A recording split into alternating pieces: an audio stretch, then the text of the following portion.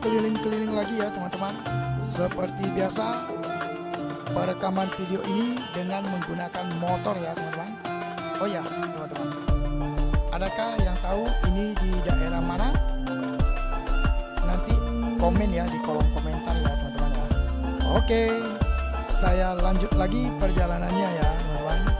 Ikuti saya terus ya teman-teman, agar teman-teman juga mengetahui setiap daerah yang saya kunjungi.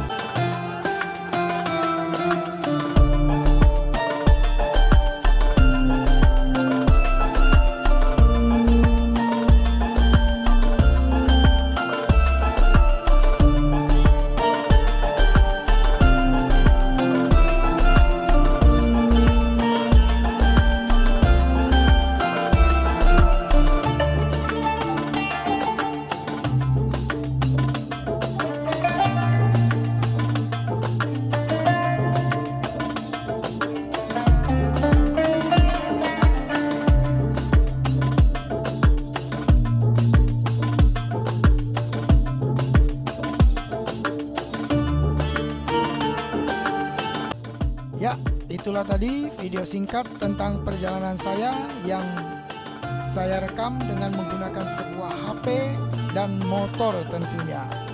Semoga video ini bermanfaat bagi kita semuanya. Sekian dulu video saya kali ini. Sampai jumpa di video saya yang berikutnya. Oke, see you. Bye.